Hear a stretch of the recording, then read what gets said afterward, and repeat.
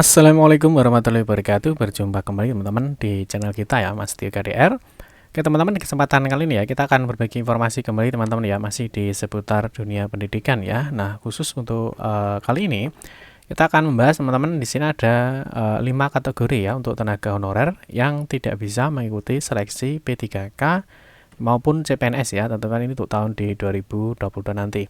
Nah, di sini teman-teman kita informasikan ya bahwa tentunya 5 kategori tenaga honorer ini tentunya sesuai dengan informasi sebelumnya ya, yaitu terkait dengan pendataan tenaga non ASN di lingkungan instansi pemerintah ya, baik itu di instansi pusat maupun di instansi daerah. Nanti kita akan bahas teman-teman ada 5 kategori honorer apa saja yang tidak bisa mengikuti seleksi ya untuk P3K maupun CPNS di tahun 2022 ini.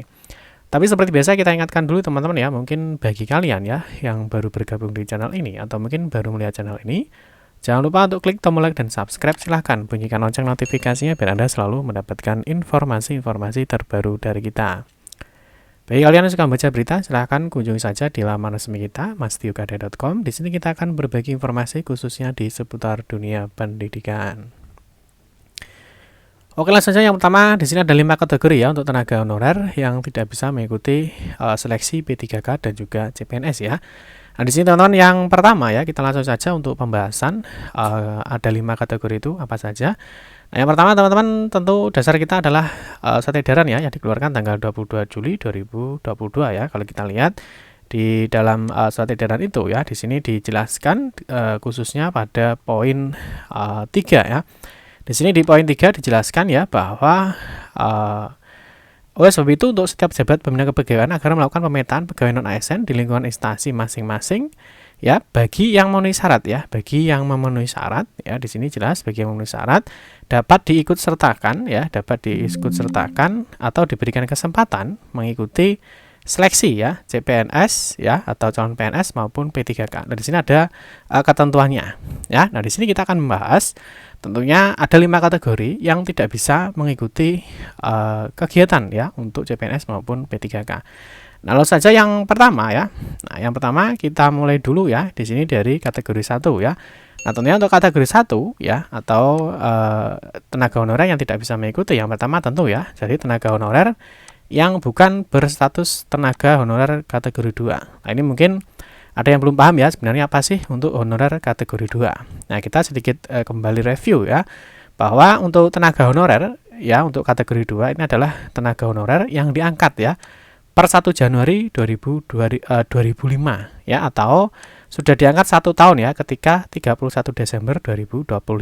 Nah, atau mungkin lebih singkatnya ya, jadi ketika dia 31 Desember 2005 itu dia sudah memiliki masa kerja minimal 1 tahun ya per 31 Desember 2025. Yang kedua, untuk honorer K2 ini tidak mendapatkan upah dari APBD atau APBN ya, atau mungkin dari honorium dari daerah maupun dari pusat. Tapi gaji atau upahnya ya biasanya ya ini bisa berasal dari PP3, dana komite sekolah dan lain sebagainya. Nah, untuk penjelasan mengenai honorer ya, di sini tentunya ada honorer kategori 1, kategori 2 maupun di kategori 3. Sebenarnya kita sudah pernah membahas ya di website kita ya, di Mas Tio KDR. Di sini ada terkait dengan perbedaan ya, perbedaan dan penjelasan terkait dengan tenaga honorer ya dari kategori 1, kategori 2 dan kategori 3 yang harus kalian ketahui. Atau mungkin nanti bisa cek aja di YouTube kita ya. Nah, di YouTube kita di Mas Tio KDR. Di sini nanti ada terkait dengan perbedaan guru honor sekolah ya, honor K1, K2, K3 dalam seleksi ASN P3K guru. Nah, kita lanjutkan untuk kategori 2 ya. Nah, yang kategori 2, nah di sini adalah tenaga honorer yang tidak mendapatkan honorarium dari APBN atau APBD. Ini tentu sesuai dengan surat edaran ya, sesuai dengan surat edaran dari Menpan RB bahwa tenaga honorer ya itu tentunya memenuhi syarat, salah satunya adalah mendapatkan dana APBD atau APBN ya. Jadi untuk honorariumnya atau upah atau gajinya. Nah, di sini misalkan ada tenaga honorer yang sumber gajinya misalkan dari dana komite ataupun dari dana lain, tentunya selama itu bukan berasal dari APBN atau APBD, yang mana di situ untuk kemarin ya kita sudah pernah membahas terkait dengan akun 51 ya. Di video kita sebelumnya ya, kita sudah pernah membahas terkait dengan ini ya, penjelasan tenaga honorer yang digaji ya dari akun 51. Ya mungkin nanti bisa dicek lagi. Di sini ada penjelasan akun 51 itu sebenarnya apa dan dia masuk di belanja apa ya. Terus yang berikutnya di sini untuk kategori 3. Jadi artinya 3 kategori 3 ini juga tidak bisa mengikuti seleksi P3K maupun di CPNS. Nah, di sini adalah tenaga honorer, ya ini yang bekerja kurang dari 1 tahun, ya ini per 31 Desember 2021.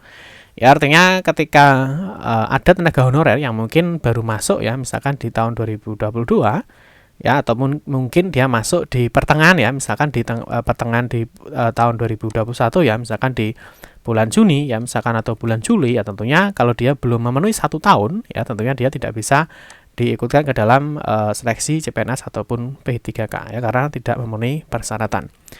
Yang poin 4 ya di sini untuk kategori 4 ya. Nah ini jelas ya. Jadi tenaga honorer yang berusia ya di bawah 20 tahun per 31 Desember 2021. Nah, ini kalau kita sedikit ya, kita melihat di aturan ya terkait dengan PP 48 tahun 2018 ya. Di sini dijelaskan terkait dengan usia. Nah, ini di bagian 4 ya terkait dengan pelamaran. Di sini diinformasikan ya bahwa setiap warga negara Indonesia itu mempunyai kesempatan yang sama untuk melamar menjadi P3K. Nah, untuk jabatan fungsional ya, ini kita masih bahas terkait dengan jabatan fungsional.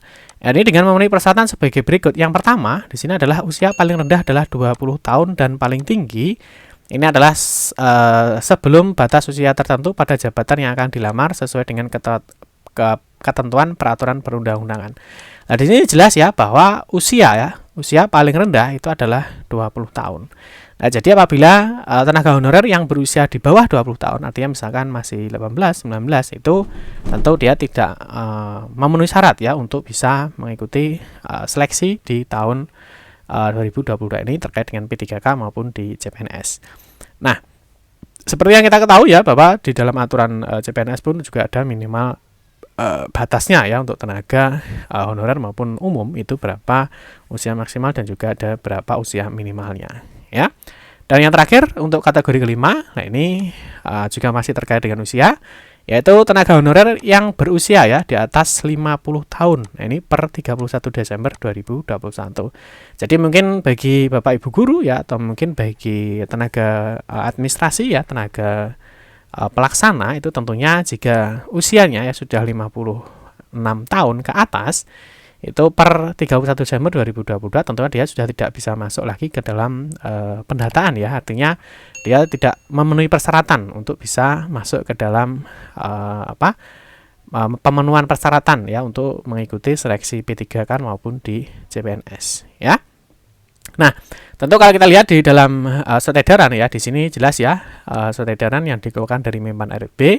Nah, di sini terkait dengan di pasal 3 ya, di sini dijelaskan bagi ya di sini kita ulangi lagi ya. Jadi untuk setiap pejabat pembina kepegawaian ya agar melakukan pemetaan pegawai non ASN di lingkungan instansi masing-masing dan bagi yang memenuhi syarat ya, bagi yang memenuhi syarat dapat diikutsertakan ya atau diberikan kesempatan mengikuti seleksi calon PNS maupun P3K. Nah, di sini jelas bahwa kelima syarat itu salah satunya di sini adalah berstatus tenaga honorer kategori 2, terus mendapatkan honorarium ya dari APBN atau APBD. Yang ketiga ini diangkat paling rendah oleh pimpinan unit kerja.